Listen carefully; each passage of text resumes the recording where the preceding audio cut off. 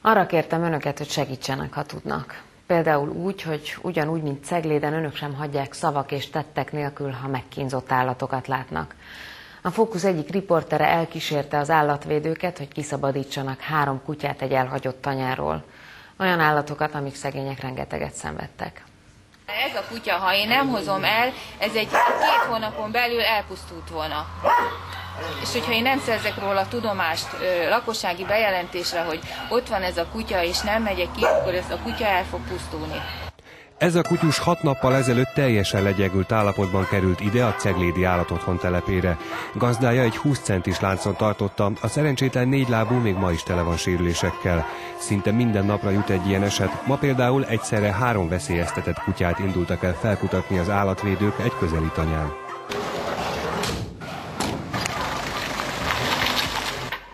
Íme a porta, ahol a lakossági bejelentés szerint embertelen körülmények között tartanak 3-4 lábút. Hamar kiderült, hogy nem jöttünk hiába. Az első kutyus rögtön egy 3 éves keverék volt, lesoványodva és megszeppenve fogadta megmentőit.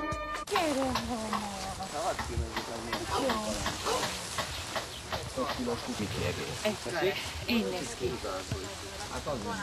Ő nagyon sovány, tehát enni biztos, hogy nem kapott rendszeresen meg eleget.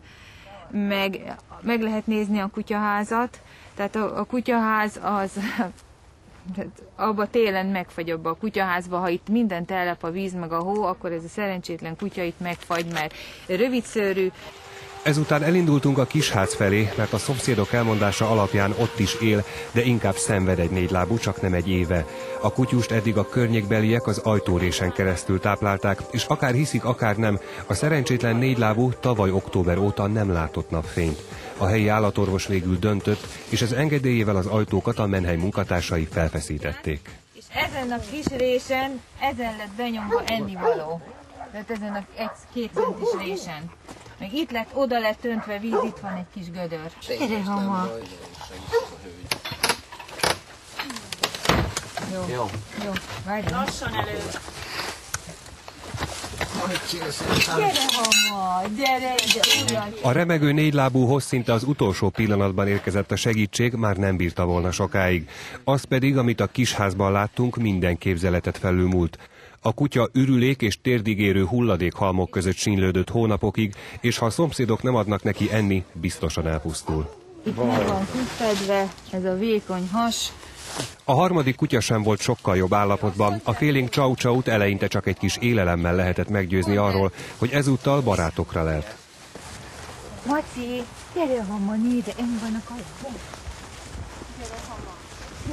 Gyere, semmi baj nem lehet.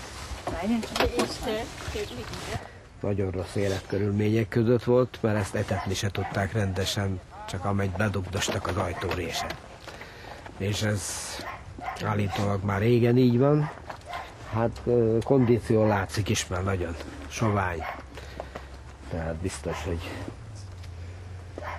gyengén volt etetve. A 3 kiskutya az elmúlt hónapok borzalmai után, még ha ideiglenesen is, de új otthonra lelt.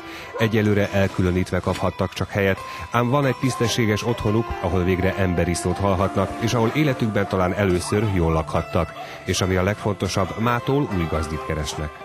Most kéregtelenítjük, hízókúrára fogjuk őket, tehát naponta többször kapnak enni, beoltjuk őket, lefényképezzük, fölrakjuk a képeiket az internetre, és gazdát keresünk részükre. Tehát nálunk nincs altatás.